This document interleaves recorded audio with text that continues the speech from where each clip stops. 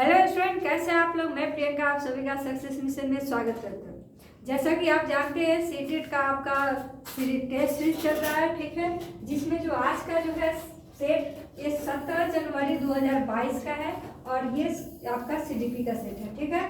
इसमें हमने 30 सवालों को लिया है जो कि बहुत ही खास है और ये आपका सीधी सी बात है प्रीवियस सवाल है।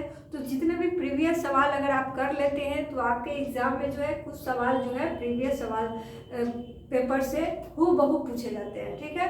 तो सारे सेट को जो है अच्छे से प्रैक्टिस करना है, ठीक है। तो चलते हैं सवाल पे।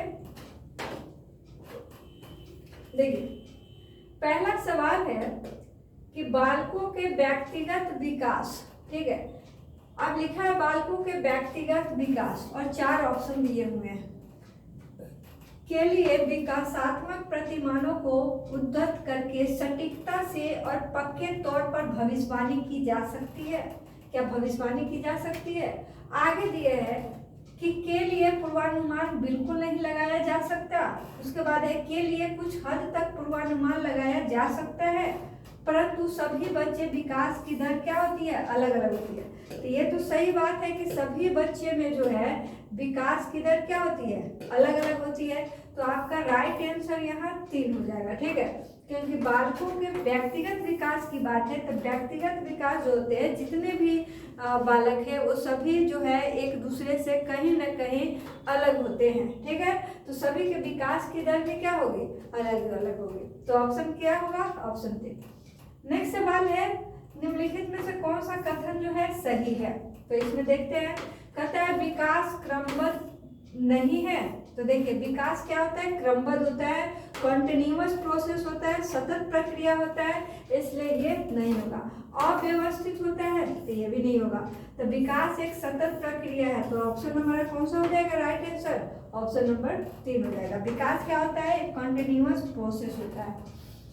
चलिए अगला सवाल है बच्चे अपने समाज के बारे में ज्ञान रहने के कौशल मूल्य रीतियां किससे सीखते हैं? तो सीधी सी बात है समाज के बारे में ज्ञान वगैरह हमें आस पड़ोस से चलता है और हमारे समाज में धर्म भी है तो आस पड़ोस भी है, धर्म भी है। स्कूल भी जाते हैं तो हम लोग रहन सहन सीखते हैं, ठीक है, ज्ञान सीखते हैं, ज्ञान अर्जन करते हैं।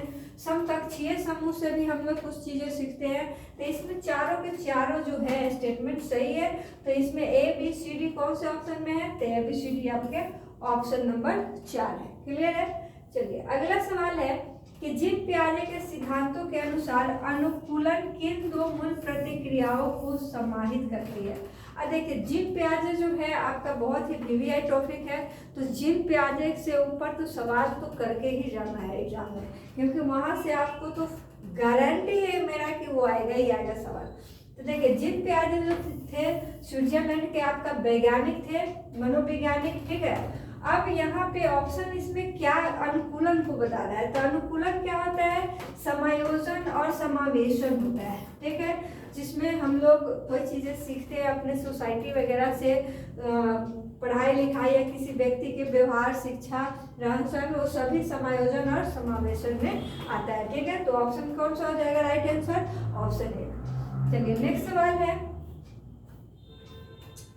फिर जिम पियाजे से सवाल है कि जिम पियाजे के संज्ञानात्मक विकास के विकास स्तर पर लंबे बच्चे लंबाई और भार जैसे गुणात्मक आधारों पर वस्तुओं को व्यवस्थित कर पाते हैं, परंतु अमूर्त संरचनाओं की क्रियात्मक में कठिनाई महसूस करते हैं। तो देखिए ये 4 प्रकार के आपके जो है आपका इसमें स्तर दिए हुए हैं। संज्ञानात्मक विकास के 4 स्तर है, जिसमें ज्ञानेंद्रिय जनित आपका विकास है जिसको हम लोग संवेदी चालक भी बोलते हैं, जो कि ये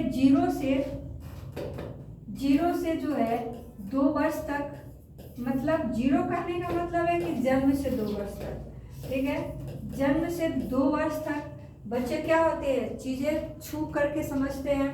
पूर्व संक्रियात्मक है तो इसमें 2 वर्ष से आपका ऊपर का हो जाएगा, 2 वर्ष से 7 वर्ष तक। फिर मूर्त संक्रियात्मक तो 7 से आपका 11 वर्ष तक आता है। फिर अमूर्त संक्रियात्मक तो इसमें 11 से आपका ऊपर का हो जाएगा, ठीक है। इसमें 11 साल से बड़े बच्चे होते हैं। तो देखिए इसमें है कि गुणात्मक आधारों पर वस्तुओं को व्यवस्थित कर पाते हैं, लेकिन अमूर्त थिंकिंग मतलब कॉन्क्रीट फॉर्म में उस चीज को नहीं कर पाते। तो ये किसमें होता है? मूर्त संक्रियात्मक अवस्था में ये होता है। ठीक है, जब बच्चे 7 से 11 साल के बीच में होते हैं। क्लियर है? चलिए अगला सवाल है ले वाइगोत्स्की से, जो कि रूस के रहने वाले थे। तो इनका सवाल है कि वाइगोत्स्की के सिद्धांतों के अनुसार व्यक्तिगत वाक जो है, अब व्यक्तिगत वाक दिया है, अब इससे ऑप्शन है आपको ढूंढना है। कहता है बच्चों को अपनी सोच विनियमित करने में मदद करती है, या बच्चे की सोच रुकावट पैदा करती है। तो रुकावट नहीं पैदा करती है, ये तो कैंसिल हो जाएगा। आत्म केंद्रीयता को दर्शाती है, ये भी नहीं होगा। बच्चों को चुनौतीपूर्ण कार्य देने पर घट जाता है, तो ये भी नहीं होगा। ऑप्शन कौन होगा? एक होगा। क्यों? विनियमित करने पर मदद करती है, मतलब व्यक्तिगत वाक जो है, जो उसको बच्चे को अपनी सोच विनियमित करने पर, विनियमित होता है कि बदल बदल कर एक प्रोसेस क्रिया होती है। ठीक है, अब है जैसे बच्चा लोग जो है किसी से सवाल जवाब करना, किसी से पूछना, उसमें जिज्ञासा बहुत ज़्यादा होता है। तो किसी से कुछ सवाल पूछ लिए, ठीक है, तो उसी को बोलते हैं विनियमित। ठीक है, अगला सवाल है लेव वाइगोत्स्की से ही है। देखिए जीन पियाजे से भी 2-3 सवाल था, वाइगोत्स्की से भी है। तो ये सभी क्या है? VVI आपके साइंटिस्ट है, ये वैज्ञानिक है। इस सभी का नाम जो है आप लोगों को याद रखना है थ्योरी के साथ। तो वाइगोत्स्की के अनुसार शिक्षक बच्चों के अधिगम किस प्रकार मदद करते हैं? तो कहता है उपयुक्त इनाम दे करके, सख्त सजा देकर तो होगा ही नहीं, इनाम देकर कर सकते हैं, लेकिन इसमें मदद करना है वाइगोत्स्की के अनुसार शिक्षक में, तो यहाँ इनाम भी नहीं होगा। मदद की मात्रा और स्वरूप में बदलाव करके, तो या फिर यहाँ पे दिया है कि उन्हें ब्लैक बोर्ड से सारे उत्तर नकल करवा के, तो ये नहीं होगा। देखिए मदद की मात्रा और स्वरूप में बदलाव करके मदद करेंगे, तभी उसको क्या होगा? अधिगम में उसको सहायता मिलेगा, सहूलियत मिलेगा, तो वहां से बच्चा सीखेगा। ठीक है, तो ऑप्शन आपका राइट आंसर कौन है? ऑप्शन 3। चलिए नेक्स्ट सवाल है, पूजा अपनी दोस्त को कहती है कि हमें कक्षा के नियमों का पालन करना चाहिए, वरना शिक्षिका हमें बाहर खेलने की अनुमति नहीं देगी। तो पूजा जो है लॉरेंस कोलबर्ग के नैतिक विकास के सिद्धांत के किस चरण में है? तो देखिए नैतिक विकास के किस चरण में, जब इस तरीके का कंडीशन हो कि चलो पापा आ गए, जल्दी से बुक खोलो और पढ़ाई करो, ठीक है, तो ये होता है दंड से बचने के लिए ऐसे बच्चे करते हैं। ठीक है, कि पापा आ गए हैं तो मारेंगे, इसलिए बुक खोल के बैठ जाते हैं पढ़ाई करने। तो ये आज्ञा पालन एवं दंड अभिविन्यास होता है, आज्ञा पालन एवं दंड अभिविन्यास। ठीक है, तो ये हो गया आपका option number 1 right answer. Next सवाल है हावर्ड गार्डन से है। गार्डनर के अनुसार निम्नलिखित में से कौन सा कथन जो है सही नहीं है, गलत आपको इसमें पूछा है। तो इन्होंने जो है आपका बहु बुद्धि का सिद्धांत दिया है, और इसमें देखिए बुद्धिमत्ता एक स्थिर और अस्थायी विशिष्टता है, सही बात है। आगे देखते हैं बुद्धिमत्ता को परिपोषित और विकसित किया जा सकता है।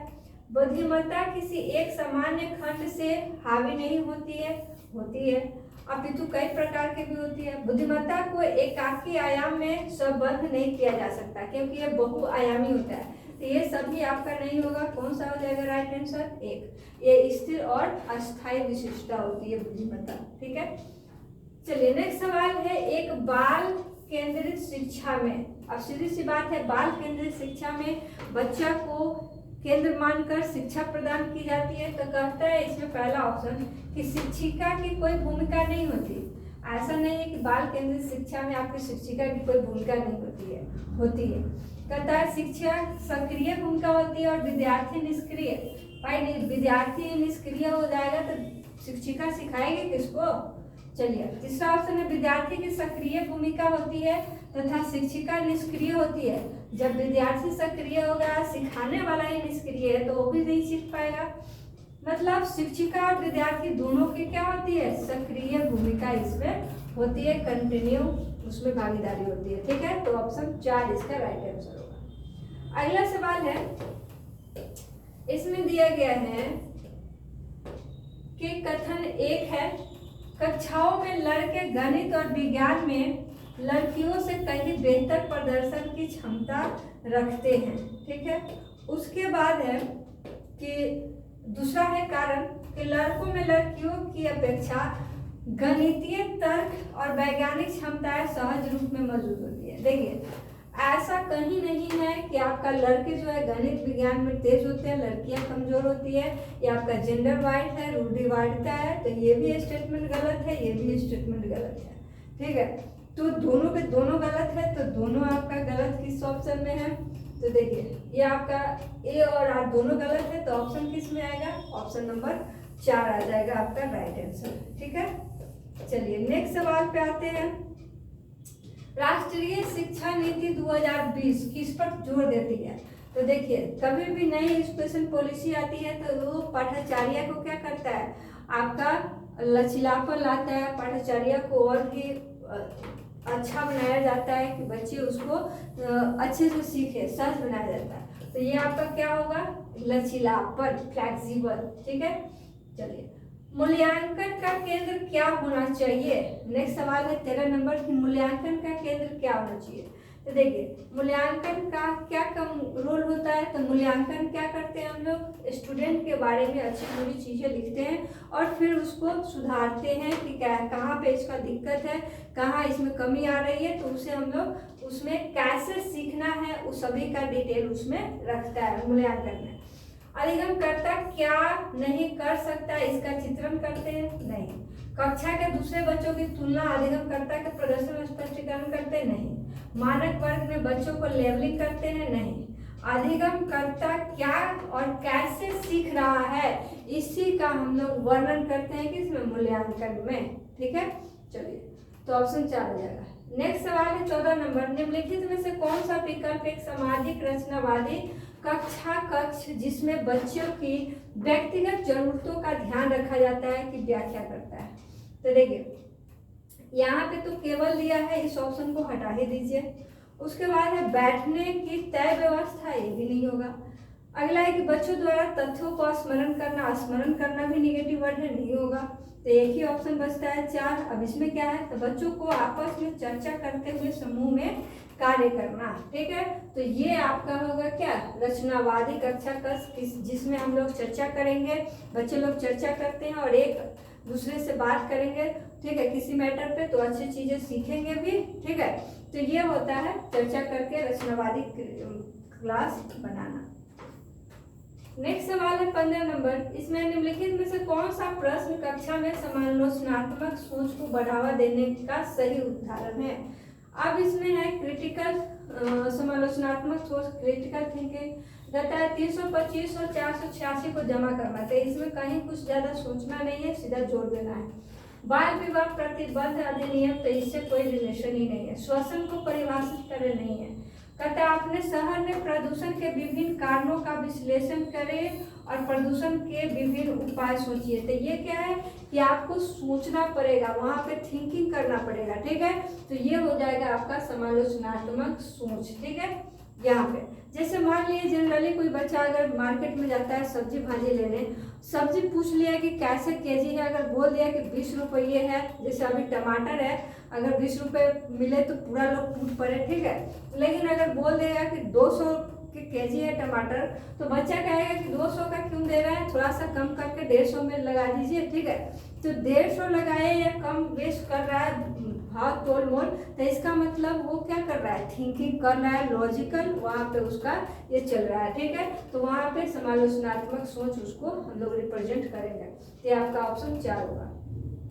नेक्स्ट सवाल है, निम्न में से कौन सा विद्यालय में समावेशन की संस्कृति को दर्शाता है? समावेशन मतलब सभी तरह के, उसमें आपका सभी कैटेगरी के लोग हैं, फिर भी उसे हम लोग बहुत अच्छे से पढ़ा लिखा रहे हैं, कोई भेदभाव नहीं रख रहे हैं, उसे कहते हैं समावेशन। कहते हैं विद्यार्थियों की जरूरतों को पूरा करने के लिए विभेदी आकलन को बढ़ावा दिया जाता है, या फिर इसमें जो है विभिन्नता और विविध परिप्रेक्ष्य को हतोत्साहित करना, तो ये नहीं होगा।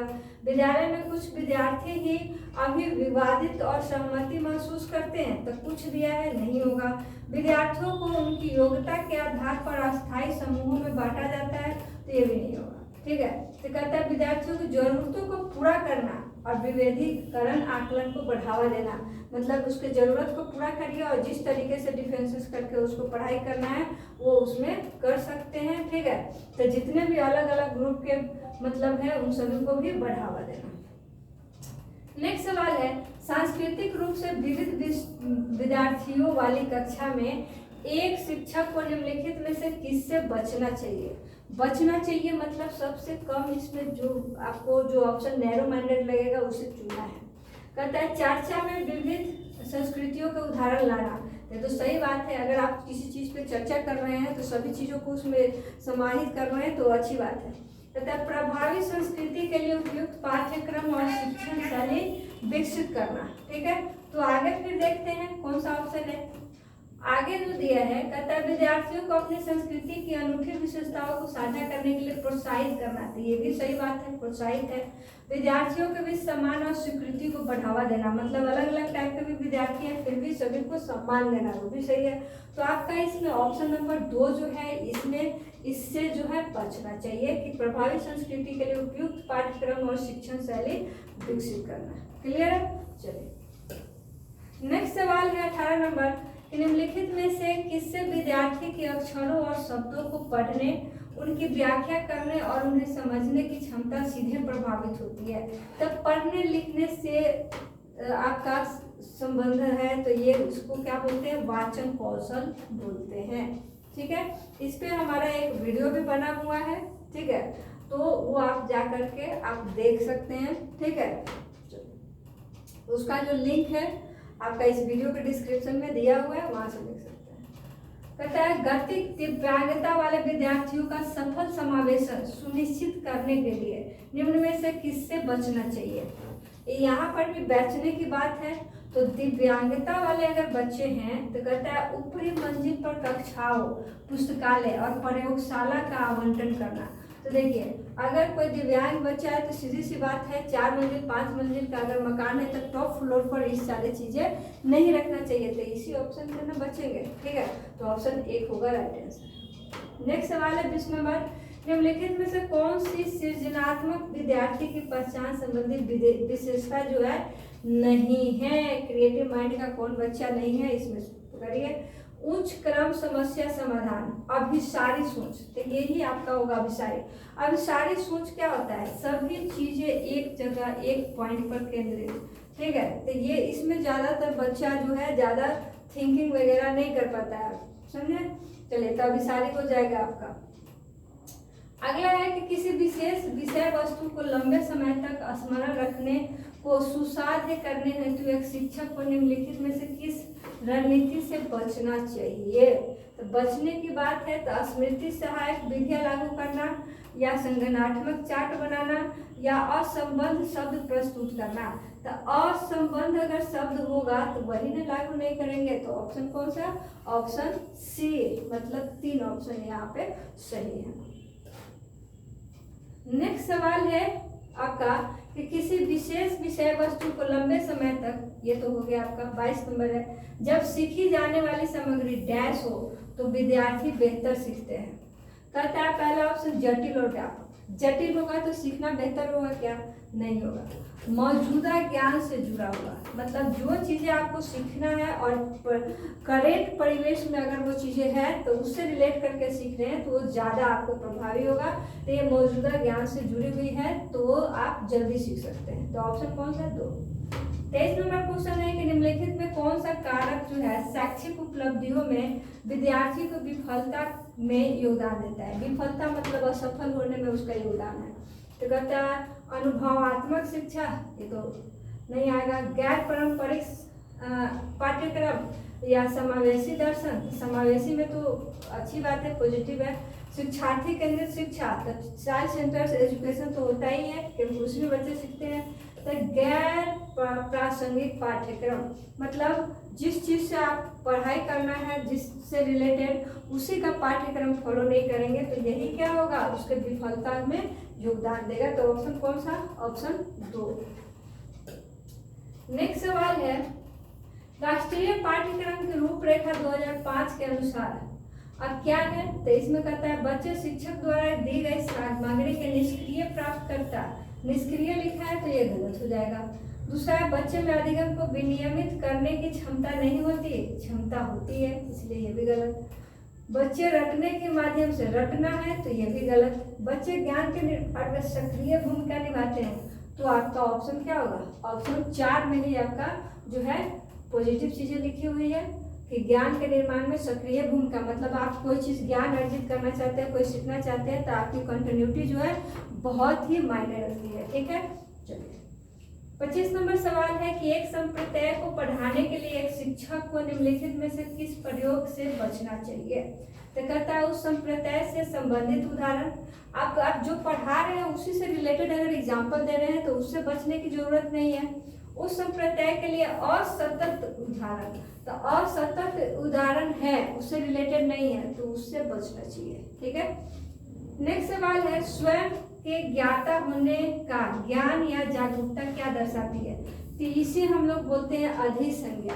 ठीक है, ये स्वयं के ज्ञाता होने का ज्ञान जो होता है अधिसंज्ञान कहलाता है। चलिए, कठिनाई की पहचान, लक्ष्य निर्धारण, संभावित साधारण समाधान, परिणामों की खोज, तद अनुसार कार्य करना और परिणामों का मूल्यांकन करना निम्न में से किस प्रक्रिया में शामिल महत्वपूर्ण चरण है। तो ये सभी चीजें आप खोजबीन पर आधारित है, परिणाम के पीछे लगे हुए हैं कि क्या परिणाम आएगा, ये सभी। तो क्या होता है समस्या समाधान, आपके सामने समस्या आ जाएगा तो उसके समाधान में क्या करेंगे, पूरा कार्य करेंगे, उसके खोजबीन करेंगे तो ये समस्या समाधान हो जाएगा। नेक्स्ट सवाल है 28 नंबर, आपका स्टेटमेंट है और उसका रीजन दिया है। कहता है कि शिक्षण अधिगम प्रक्रिया में भ्रांतियों की खोज और चर्चा करना क्या है, सार्थक है। तो सही बात है, कहीं भी कंफ्यूजन होता है तो उस पर खोज करना या चर्चा करके कंफ्यूजन खत्म करना, ये आप कर सकते हैं। इसका कारण दिया है कि विद्यार्थियों को उन भ्रांतियों के बारे में सोचने का अवसर देता है और गहन जांच का नेतृत्व में सहायक है। तो ये भी बात सही है। और जो आपका ए स्टेटमेंट है उसका जो ये रीजन दिया हुआ है ये भी सही है। ठीक, तो आपका ऑप्शन एक ही हो जाएगा राइट आंसर कि दोनों सही है और आर जो है एक ही सही व्याख्या करता है। क्लियर है। नेक्स्ट सवाल है 29 नंबर कि डैश विद्यार्थियों को बोरियत महसूस करते हैं। अब बोरियत महसूस कैसे हो जाएगा, तो ऑप्शन देखिए, गतिविधि को महत्व न देकर, महत्व तो देना चाहिए और महत्व नहीं देंगे गतिविधि को तो स्वाभाविक है बोरियत महसूस होगा। ठीक है, तो पहला ऑप्शन ही आ जाएगा।